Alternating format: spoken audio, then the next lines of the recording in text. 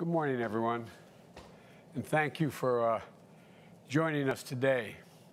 As I said yesterday at the United Nations, nothing is more urgent than all of us working together to defeat COVID-19, and that world is going to be much better prepared for future pandemics. We have to do both. This summit is about supercharging our efforts in three key areas: vaccinating the world by dramatically ramping up vaccine production, donations, delivery, and administering the vaccine, which is a logistical challenge. Addressing the oxygen crisis in many hospitals around the world, making other treatments more accessible, and increasing the availability of public health tools like masks and tests. And building back better so that our global health security infrastructure is more resilient than it is today. We've all suffered. The United States has lost more than 670,000 of our fellow Americans. Worldwide, the death toll is above 4.5 million people. 4.5 million people. And this is a global tragedy. And we're not going to solve this crisis with half measures or middle-of-the-road ambitions.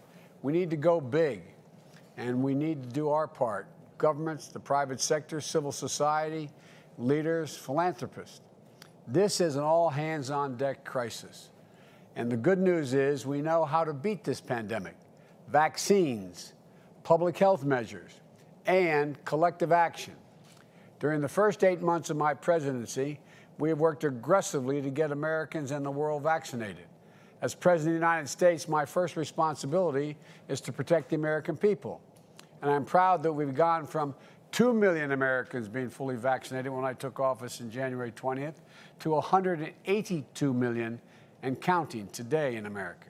But we also know that to beat the pandemic here, we need to beat it everywhere. And I made and I'm keeping the promise that America will become the arsenal of vaccines, as we were the arsenal for democracy during World War II. We've already shipped nearly 160 million doses to 100 countries, more than every other country has donated combined.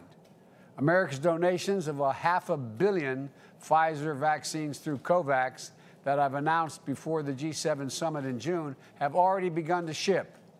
Today, I'm announcing another historic commitment. The United States is buying another 500 million doses of Pfizer to donate to low and middle-income countries around the world. This is another 500 million doses that will all be shipped by this time next year. And it brings our total commitment of donated vaccines to over 1.1 billion vaccines to be donated. Put another way, for every one shot we've administered to date in America, we have now committed to do 3 shots to the rest of the world. I want to thank Pfizer and its CEO and chairman, Albert. Albert's been a good friend and has been helpful. They've been and continue to be partners and a leader in this fight. And the United States is leading the world on vaccination donations. We need, as we're doing that, we need other high-income countries to deliver on their own ambitious vaccine donations and pledges. That's why today we're launching the EU-US vaccine partnership to work more closely together and with our partners and expanding global vaccinations. And as we do so, we should unite around the world on a few principles: that we commit to donating, not selling, donating, not selling doses to low and lower income countries, and that the donations come with no political strings attached, and that we support COVAX as the main distributor for sharing WHO-approved vaccines, and that we fight vaccine disinformation and exercise transparency to build vital public trust in these life-saving tools. It's also important that we are working toward common goals and targets so that we can measure our progress and hold ourselves and each other accountable. Secretary of State Blinken will be convening foreign ministers later this year to check on our collective progress. And I propose that we come together for a second high-level virtual summit in the first quarter of 2022 to help gauge our progress and keep our efforts fully aligned. Another goal is dramatically boosting global and regional vaccine manufacturing capacity. enhancing transparency so that vaccine production and distribution is predictable and coordinated. In fact, an important part of the reason the United States is able to make these big historic donations is because we've worked with the U.S. vaccine manufacturers to accelerate the manufacturing rate and production. And now we're working quickly to scale up vaccine manufacturing in other countries around the world so they can manufacture as well. We're working with partner nations, pharmaceutical companies, and other manufacturers to increase their own capacity and capability to produce and manufacture safe and highly effective vaccines in their own countries.